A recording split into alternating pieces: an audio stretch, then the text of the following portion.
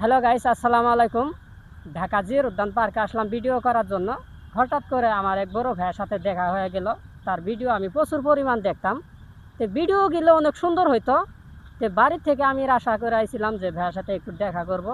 তো ভাইয়ের সময়ও বনে না, আমার সময়ও বনে না, যাই হতে ভিডিও করার আসার ক্ষেত্রে হঠাৎ করে দেওয়া হয়ে গেল।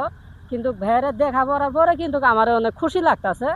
তো বললাম যে ভাই আমার একটা ভিডিও দেন, কারণ আপনার অনেক ভিডিওতে আমি দেখি, অনেক পরিমাণ সাপোর্ট করি।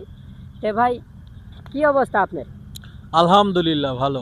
আপনার ভিডিওগুলো অনেক সুন্দর হয়, অথবা আপনার প্রত্যেকটা ভিডিও আমি দেখি, ভিডিওর কোয়ালিটি অনেক সুন্দর হয়।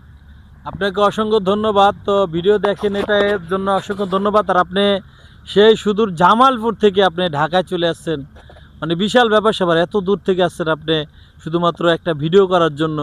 এই জন্য আপনাকে আবারও ধন্যবাদ জানাচ্ছি। ঈদের বাকি আর মাত্র 2 দিন।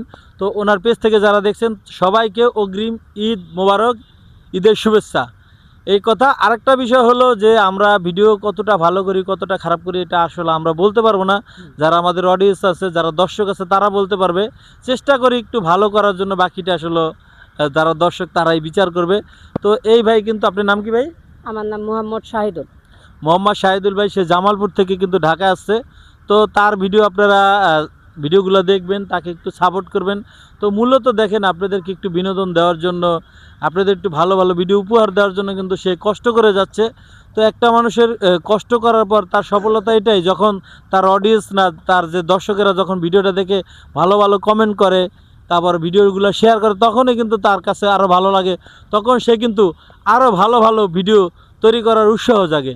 তো এটাই কথা, চেষ্টা করে। তো এই ভাই কিন্তু চেষ্টা করতেছে। তো বাকিটা হইলে আপনাদের কাছে, আপনারা যারা দেখছেন অডিয়েন্স আছেন, আপনারা ভাইকে সাপোর্ট করবেন, তার ভিডিওগুলো শেয়ার করবেন, এটাই আমার কথা। আর আমার জন্য দোয়া করবেন, ওনার জন্য দোয়া করবেন।